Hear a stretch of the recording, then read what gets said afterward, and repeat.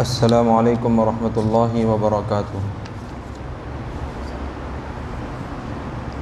اعوذ باللہ من الشیطان الرجیم، بسم اللہ الرحمن الرحیم۔ وَإِذْ وَاعَدْنَا مُوسَىٰ 40 لَيْلَةً ثُمَّ اتَّخَذْتُمُ الْعِجْلَ مِن بَعْدِهِ وَأَنْتُمْ ظَالِمُونَ ثُمَّ عَفَوْنَا عَنْكُم مِّن بَعْدِ ذَلِكَ لَعَلَّكُمْ تَشْكُرُونَ وَإِذْ آتَيْنَا مُوسَى الْكِتَابَ وَالْفُرْقَانَ لَعَلَّكُمْ تَهْتَدُونَ۔ صدق اللہ العظیم۔ محترم حاضرین، ابھی جن آیات کی تلاوت کی گئی ہے یہ پہلے پارے سورہ بقرہ کے 6ویں رکوع کی آیتیں ہیں۔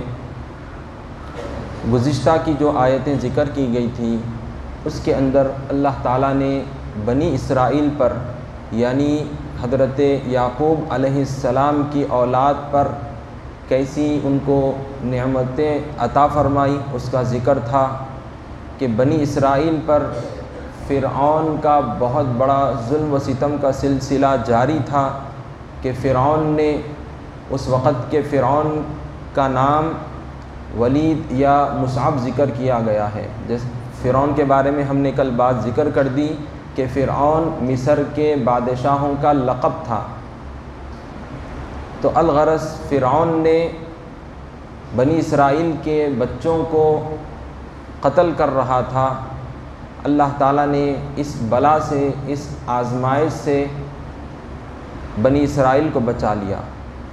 جب قتل کرنے کی باری تھی تو اسی دوران اللہ تعالیٰ نے حضرت موسیٰ علیہ السلام کو صحیح سلامت پیدا فرمایا اور آپ کی حفاظت فرمائی اور فرعون کے محل میں ہی آپ کو پروان چڑھایا، آپ پلے بڑھے۔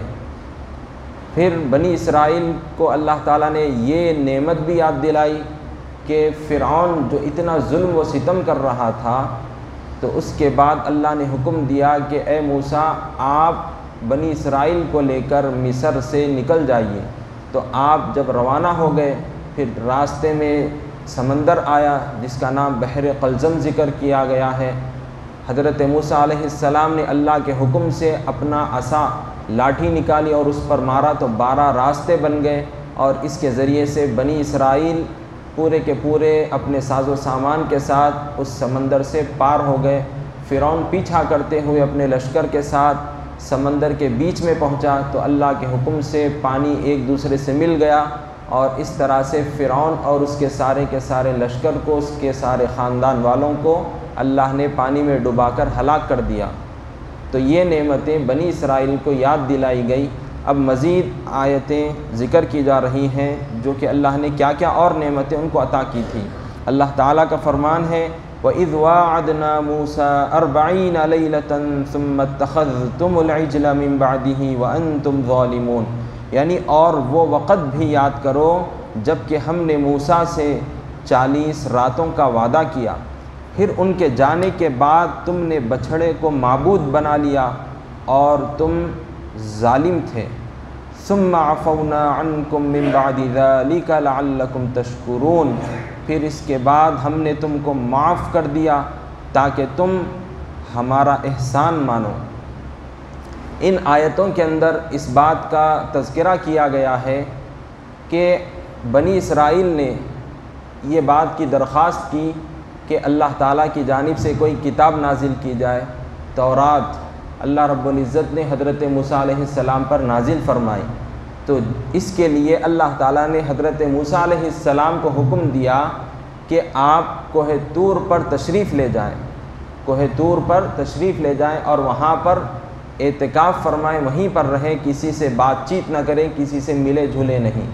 چنانچہ حضرت موسیٰ علیہ السلام نے اپنے بھائی حضرت ہارون علیہ السلام کو اپنا نائب، اپنا خلیفہ جانشین بنا کر وہاں سے روانہ ہو گئے اور پہلے تو 30 دن ہوئے تھے مقرر، پھر اس کے بعد اور 10 دن کا اضافہ کر دیا گیا، تو اس طرح سے کل ملا کر 40 دن یعنی 40 راتیں اور 40 دن آپ کوہ طور پر وہیں پر قیام فرمائیں۔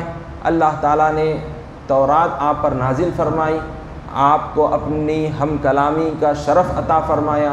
اسی وجہ سے حضرت موسیٰ علیہ السلام کا لقب کلیم اللہ ہے، اللہ سے بات کرنے والے۔ تو اللہ رب العزت نے آپ پر تورات نازل فرمائی، کہاں پر؟ کوہ طور پر۔ پھر اس کے بعد یہاں پر کیا حالت تھی؟ حضرت موسیٰ علیہ السلام تو کوہ طور پر تھے، یہاں پر بنی اسرائیل حضرت ہارون علیہ السلام کی نافرمانی کیے، اور پہلے تو ان لوگوں نے ایک جادوگر تھا جس کا نام سامری بتلایا جاتا ہے، قرآن کریم میں بھی اللہ تعالیٰ نے اس کا ذکر فرمایا ہے سورہ طٰہٰ میں، جس کا تفصیل کے ساتھ وہاں پر ذکر کیا جائے گا۔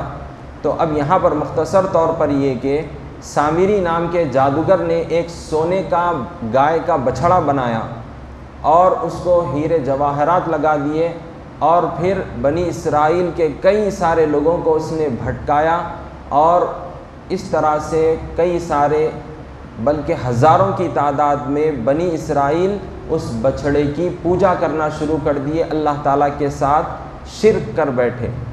ایک مہینے تک حضرت موسیٰ علیہ السلام کا انتظار کیا، اب تک موسیٰ علیہ السلام تشریف نہیں لائے، تو یہ بنی اسرائیل کئی سارے اس سامری جادوگر کے بہکاوے میں آ گئے، اور اس طرح سے انہوں نے بچھڑے کی پوجا شروع کر دی۔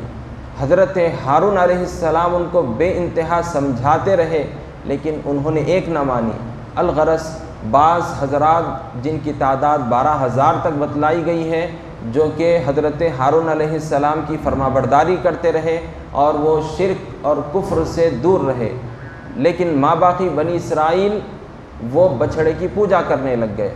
جب حضرت موسیٰ علیہ السلام تورات لے کر، اللہ کی مقدس کتاب لے کر کوہ طور سے واپس تشریف لائے، تو اب کیا دیکھتے ہیں کہ کئی سارے لوگ ہزاروں کی تعداد میں بچھڑے کی پوجا کر رہے ہیں۔ تو آپ بڑے غصے میں آئے اور پھر اس طرح سے ڈانٹ ٹپٹ کرنے لگے۔ الغرض ان کو شرمندگی ہوئی، اور پھر اب وہ معافی مانگنے لگے، توبہ کرنے لگے۔ تو اللہ تعالیٰ نے ان کی توبہ کے لیے، معافی کے لیے یہ حکم نازل فرمایا کہ جو لوگ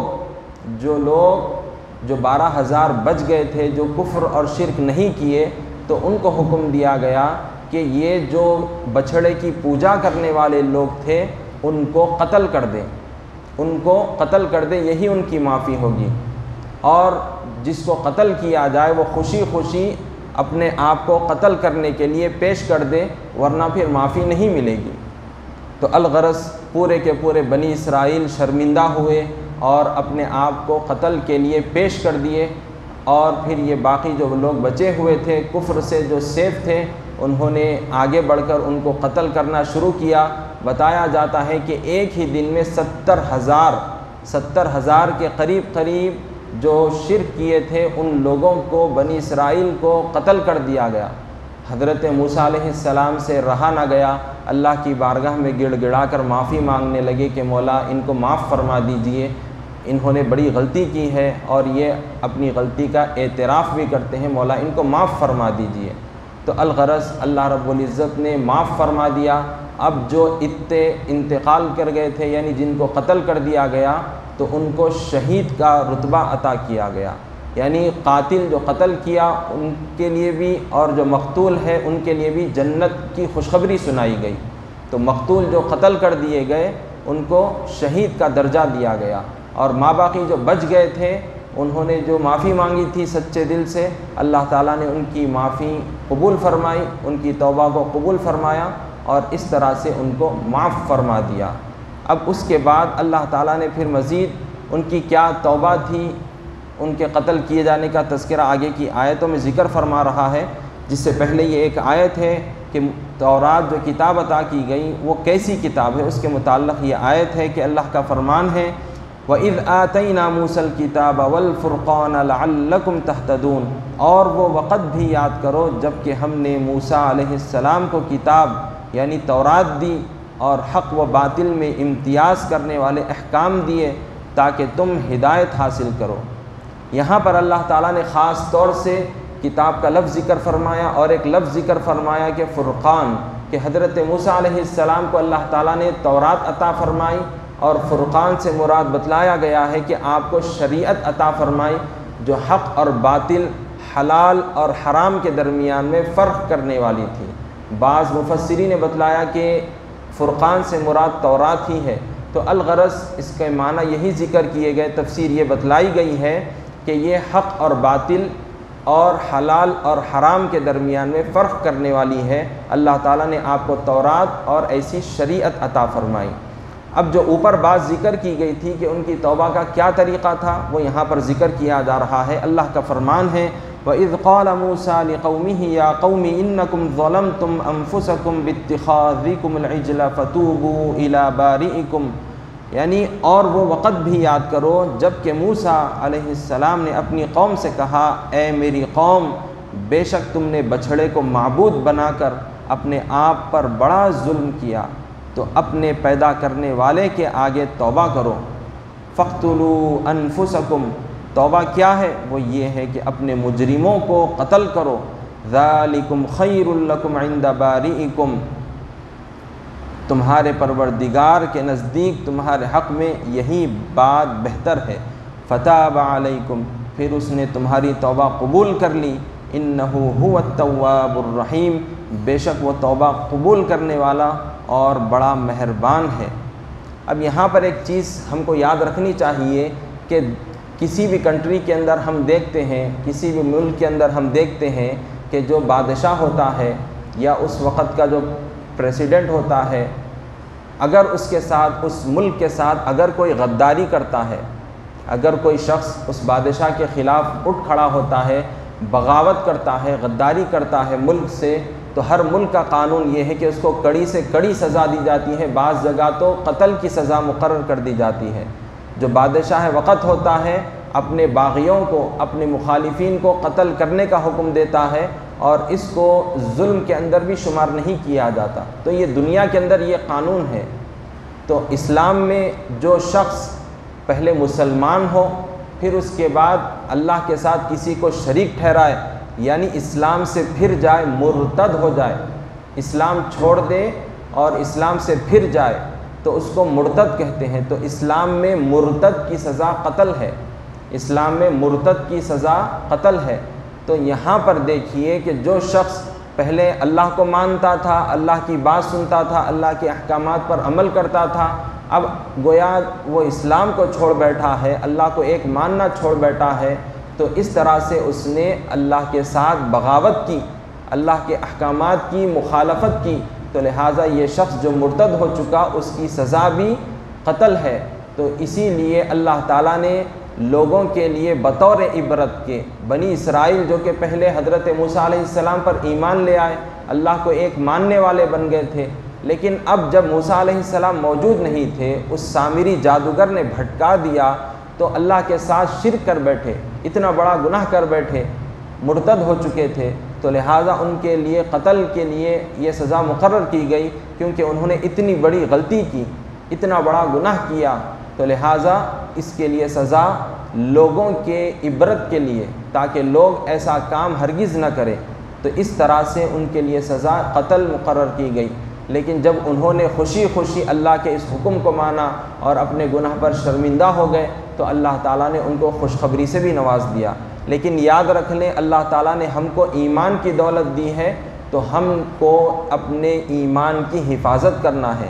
لوگ کتنا بھی ہم کو بھٹکائیں، شیطان طرح طرح کے کچھ بھی ہمارے اندر وسوسے ڈالے، لیکن ہرگز ہم کو اپنے ایمان سے نہیں پھرنا ہے، بلکہ ہم کو مرتے دم تک اپنے ایمان پر ثابت قدم رہنا ہے، اللہ کو ہمیشہ ہمیشہ ایک ماننا ہے، اس کے ساتھ کسی کو ہرگز شریک نہ ٹھہرائیں، اللہ تعالیٰ کے احکامات کی خلاف ورزی ہرگز نہ کریں۔ اگر کوئی شخص ایسا کام کرتا ہے تو پھر گویا وہ اسلام سے پھرنے والا شمار کیا جائے گا۔ اللہ کے ساتھ کسی اور کو بھی پوچھتا ہے، کسی کو شریک ٹھہراتا ہے، تو پھر وہ مرتد کے اندر شمار کیا جائے گا، وہ اسلام سے نکل جائے گا۔ اگر پھر وہ ایسا کرے گا اور اسلامی بادشاہت مملکت ہوگی وہاں پر، تو پھر برابر اس کو مرتد کی سزا دی جائے گی، قتل کی سزا دی جائے گی، جو کہ ظلم نہیں ہے بلکہ لوگوں کے لیے عبرت ہے، لوگوں کے لیے عبرت ہے۔ انشاءاللہ مزید اور اللہ تعالیٰ نے جو نعمتیں عطا فرمائی تھی بنی اسرائیل کو، اس کا تذکرہ ہوگا۔ وصلی اللہ تعالیٰ وسلم علی خیر خلقہ سیدنا محمد وعلی آلہ وصحبہ اجمعین، الحمد للہ رب العالمین۔